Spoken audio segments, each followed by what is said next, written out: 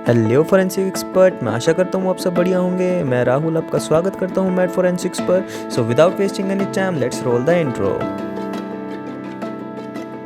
तो स्वागत है आपका मैड फोरेंसिक पे। तो मैं आज राहुल आपको पढ़ाने वाला हूँ टिचियोलॉजी यानी कि हेयर के स्ट्रक्चर के बारे में। इस वीडियो के अंदर मैं आपको कंप्लीट इन्फॉर्मेशन देने वाला हूँ अबाउट हेयर, उसका स्ट्रक्चर क्या होता है, उसके ग्रोथ फेजेस क्या होते हैं और उसकी एनालिसिस क्या क्या होती है और हम एक हेयर से क्या क्या बता सकते हैं फोरेंसिक के अंदर। तो फोरेंसिकली हमारे लिए हेयर बहुत इंपॉर्टेंट होता है। तो इस वीडियो में हम इसके बारे में कंप्लीट डिटेल में जानने वाले हैं। तो अगर आप इस चैनल पर नए हो तो प्लीज़ इस चैनल को सब्सक्राइब कर लो और इस वीडियो को लाइक कर लो, क्योंकि मैं ऐसी ऐसी वीडियोज़ बनाता रहता हूँ जैसे कि वन शॉट होती है। ब्लड के बारे में मैं काफ़ी सारी वीडियोस बना चुका हूँ, DNA, fingerprints, basic of forensic science, criminology, different type की वीडियोस बना चुका हूँ। आप प्लेलिस्ट पे चेक कर सकते हैं और उसके अलावा मैंने आपको डिस्क्रिप्शन में भी सारे के सारे लिंक दे रखे हैं, आप वहाँ पे भी जाके चेकआउट कर सकते हो। तो चलो बिना किसी देरी के इस वीडियो को स्टार्ट करते हैं।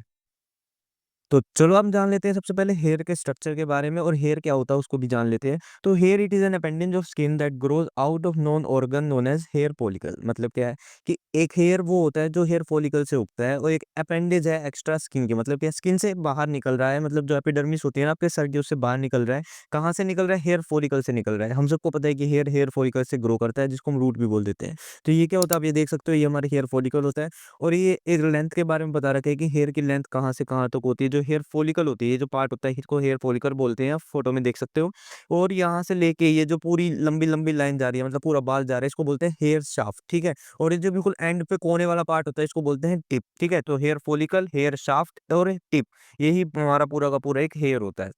तो उसके अलावा each here is compose of mainly 3 layers. हम सबको पता है कि 3 लेयर का हेयर बनता है, मतलब 3 लेयर होती है उसके अंदर। सबसे ऊपर वाली लेयर को बोलते हैं क्यूटिकल, उसके अंदर वाली लेयर को बोलते हैं कोर्टेक्स, और लास्ट में जो सबसे बीच में आती है उसको हम बोलते हैं मेडुला। इन सब के बारे में हम डिटेल में पढ़ेंगे। तो अभी तो मैं सिर्फ आपको मोटा-मोटा जनरल स्ट्रक्चर बता रहा हूँ।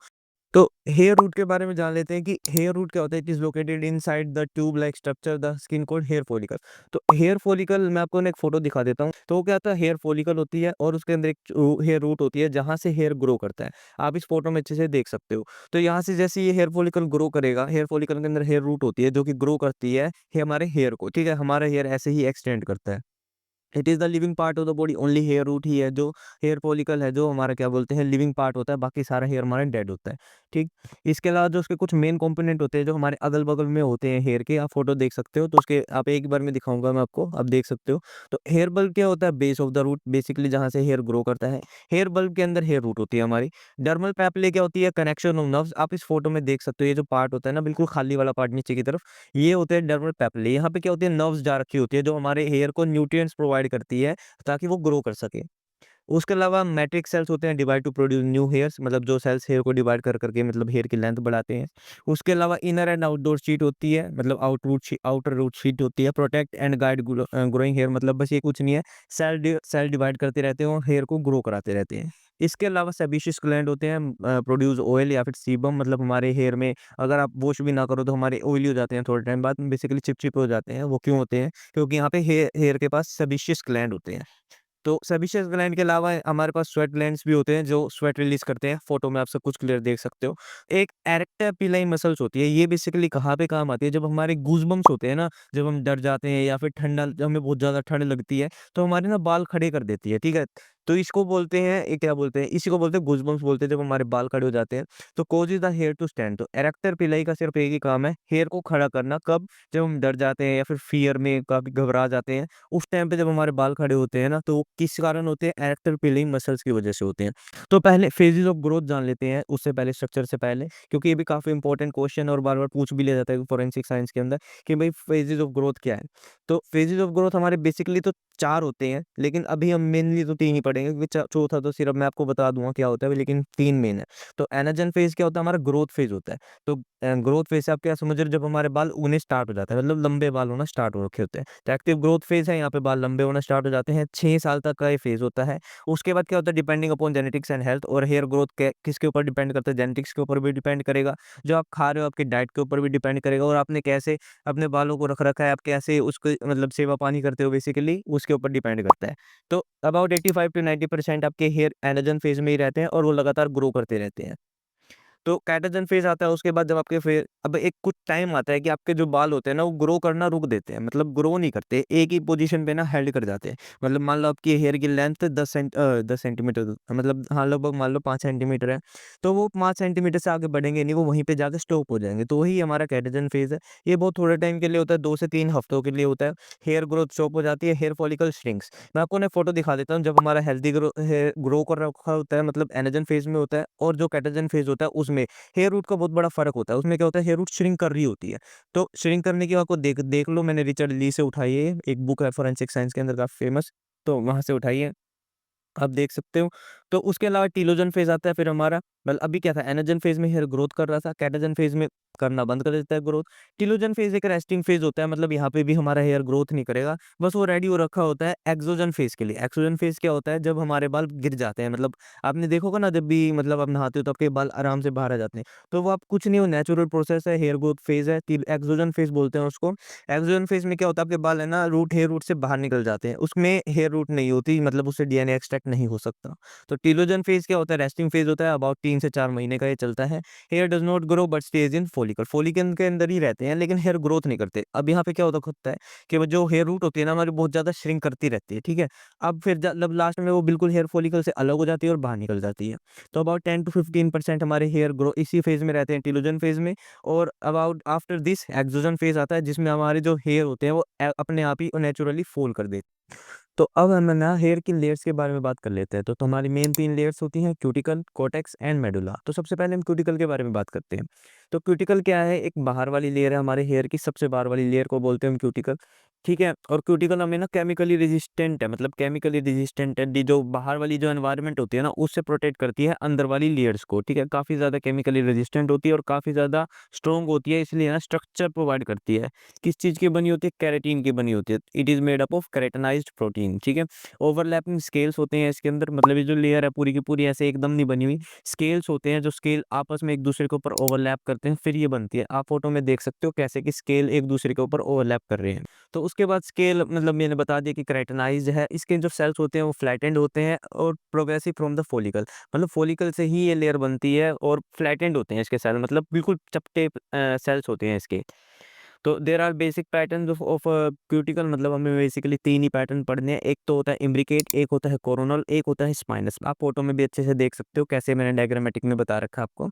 तो इम्ब्रिकेट जो है वो पाया जाता है हमारे ह्यूमन्स के अंदर, और उसके बाद कोरोनल पाया जाता है बैट्स के अंदर, और स्पाइनस डिफरेंट एनिमल्स के अंदर पाया जा सकता है। तो मतलब हमें हमारे लिए जो मेन है वो है इम्ब्रिकेट पैटर्न, क्योंकि वो हमारे अंदर पाया जाता है। इसीलिए क्यूटिकल को देख के हम ये बता सकते हैं कि ये जो हेयर है वो ह्यूमन का है या फिर अदर एनिमल का है।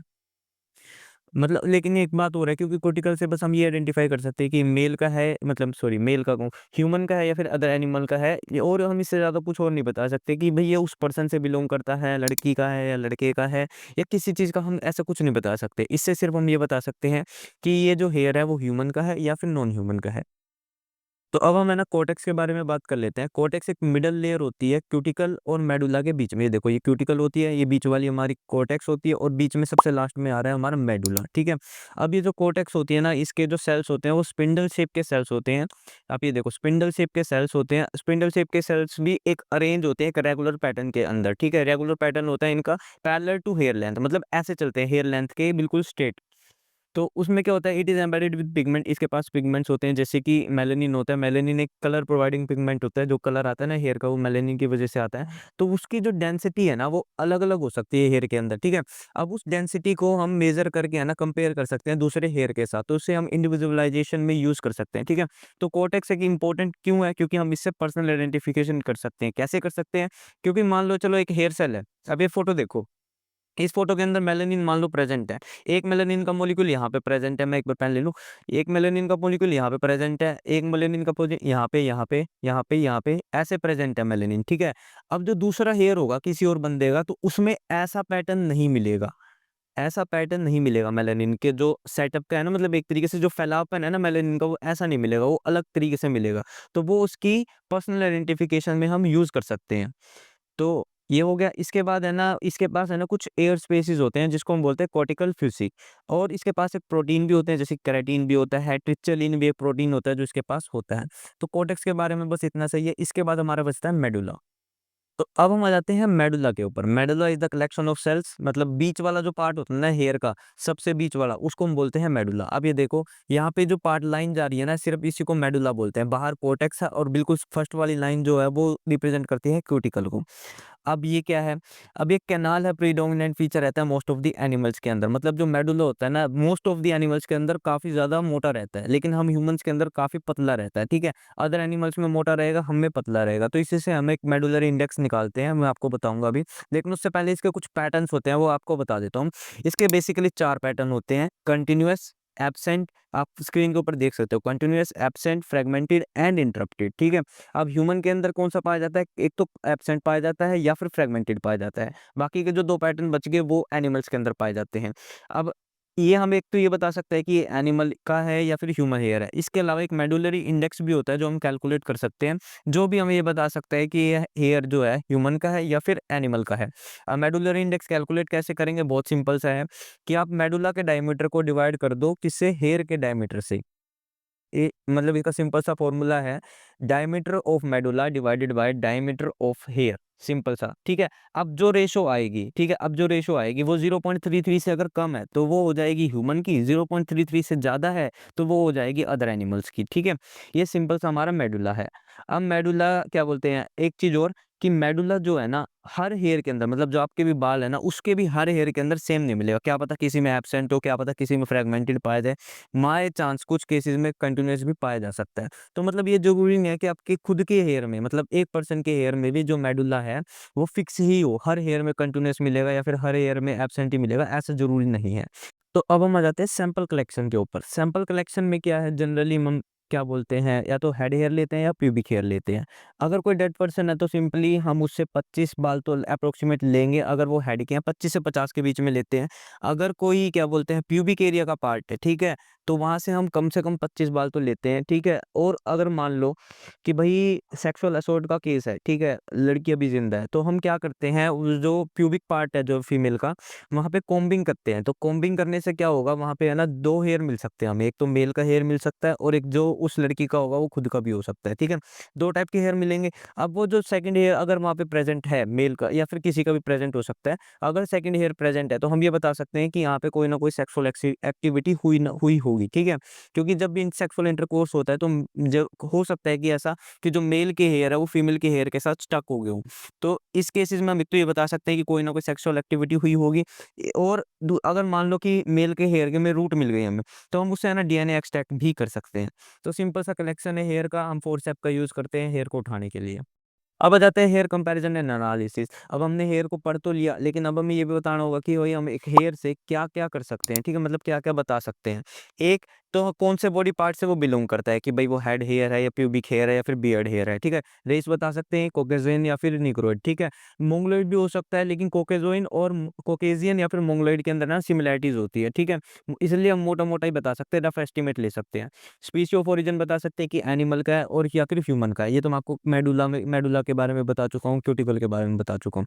डीएनए एनालिसिस कर सकते हैं अगर हेयर रूट प्रेजेंट है तो। आइडेंटिफिकेशन ऑफ मेटालिक पॉइजन ये भी कर सकते हैं, और इफ हेयर इज डाइड और ब्लीच ये भी बता सकते हैं। चलो एक-एक करके इन सबको देख लेते हैं कि कैसे हम बता सकते हैं।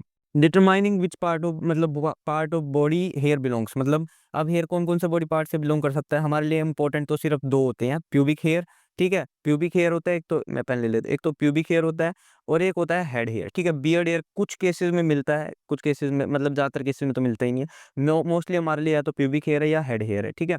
अब ये हेड हेयर और प्यूबिक हेयर और बियर्ड हेयर के अंदर ना काफ़ी ज़्यादा डिफरेंसेस होते हैं, तो इससे हमें पता चल जाता है कि ये क्या तो हेड का होगा या प्यूबिक का होगा या बियर्ड का होगा। तो कुछ शेप मैं आपको डिफरेंसेस बता रहा हूँ, आप ये पढ़ सकते हो, ठीक है? शेप ऑफ क्रॉस सेक्शन, मान लो आप हेयर को काटोगे तो कैसा दिखेगा वो, या एक ये हेड हेयर तो दिखेगा सिलेंड्रिकल, प्यूबिक हेयर दिखेगा ओवल और ट्रायंगुलर, या फिर बियर्ड हेयर दिखेगा हमें ट्रायंगुलर, ठीक है? अब डायमीटर की बात आ जाए तो हेड हेयर होगा fine to medium, pubic hair होगा थोड़ा सा थिक, और उसके अलावा जो क्या बोलते हैं वेरी थिक होगा हमारा बियर्ड वाला, बियर्ड थोड़ी सी है ना थिक होती है। उसके बाद मेडुला थिन और एब्सेंट होगा हेड हेयर के अंदर, प्यूबिक के अंदर कॉन्टिन्यूअस प्रेजेंट हो सकता है या फिर थिक भी होगा, और बियर्ड हेयर के अंदर थिक होगा, ऑफन कॉन्टिन्यूअस रहता है। लेंथ के अंदर लॉन्ग रहते हैं हेड हेयर, हम सबको पता है, प्यूबिक हेयर ऑफन शॉर्ट रहते हैं, लिमिटेड रहते हैं। Beard hair depending upon groom लंबे भी हो सकते हैं और छोटे भी हो सकते हैं। कर्लीनेस, हेड की थोड़ी-सी कम होती है, स्ट्रेट भी हो सकते हैं, वेवी भी हो सकते हैं, curly depending upon the race, ठीक है? कॉकेज़ोइन, नीग्रोइड या फिर मोंगोलियड। मोंगोलियड और कॉकेशियन के ना लगभग स्ट्रेट रहते हैं, कॉकेशियन के थोड़े से वेवी हो जाते हैं और कर्ली रहते हैं नीग्रोइड के। तो उसके बाद प्यूबिक हेयर आ जाते हैं। प्यूबिक हेयर में कर्लीनेस ज़्यादा होती है, स्ट्रांगली कर्ली होते हैं या फिर किंकी कह सकते हो आप जिसको। और बियर्ड के अंदर मोस्टली वेवी और या फिर कर्ली भी हो सकते हैं। वेवी मतलब बहुत थिक होते हैं एक तरीके से।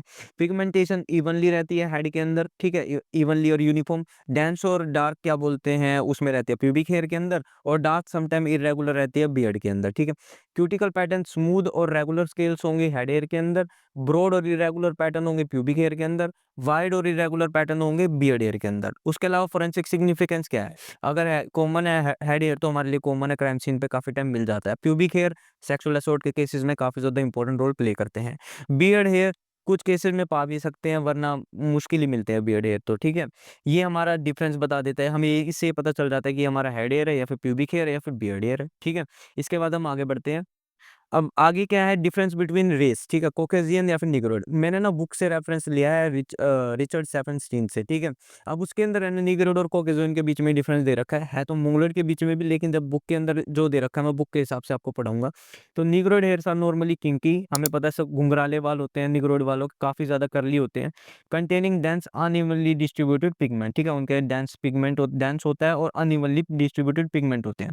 Cross section of Negroid has flat या फिर ओवल शेप का होता है, काटोगे तो आप उसको ओवल शेप का दिखेगा या फिर फ्लैट दिखेगा। उसके बाद कॉकेशियन के अंदर क्या होता है, कॉकेशियन के अंदर हेयर आर यूजुअली स्ट्रेट या फिर वेवी, या तो स्ट्रेट होंगे या फिर थोड़े से वेवी होंगे। वेवी का मतलब ये होता है थोड़े से थिक होते हैं विथ वेरी फाइन कोर्स और पिगमेंट, मतलब को जो कोर्स पिगमेंट डिस्ट्रीब्यूशन होगा ना वो काफी ज्यादा फाइन हो सकता है, ठीक है?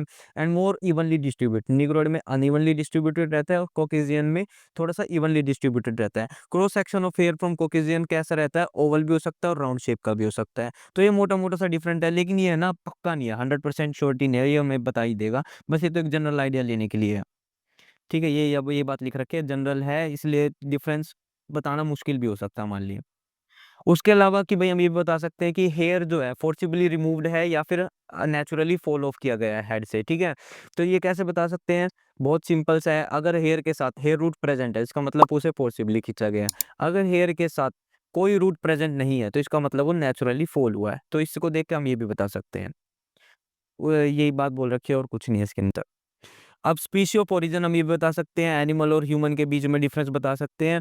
एक सबसे पहले क्यूटिकल पैटर्न मैं आपको बता चुका हूँ कि इम्ब्रिकेट पैटर्न ह्यूमन के अंदर होता है, कोरोनल और स्पाइनस अदर एनिमल्स के अंदर पाया जाता है।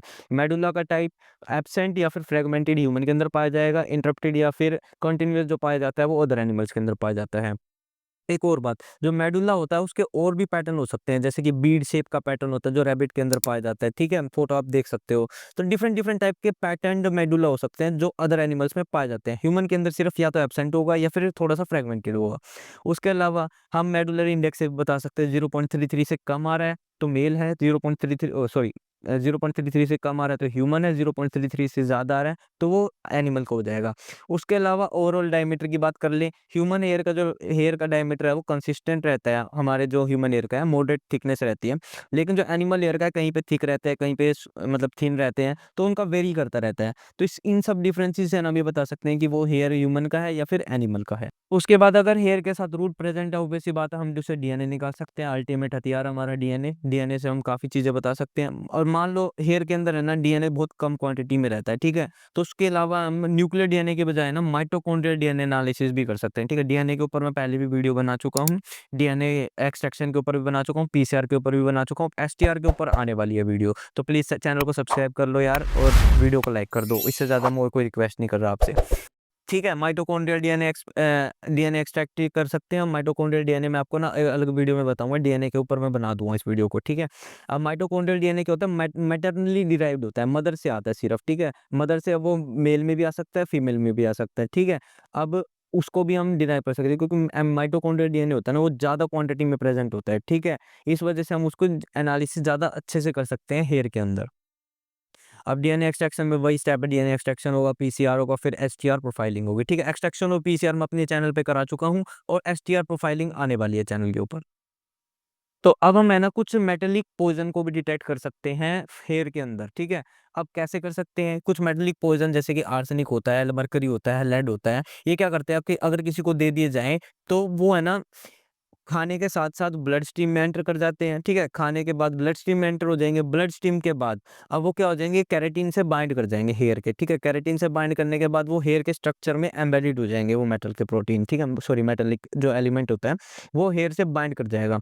अब वहाँ पे जब वो प्रेज़ेंट होगा, तो अब हम उसको डिटेक्ट कर सकते हैं। किस-किस के थ्रू डिटेक्ट कर सकते हैं?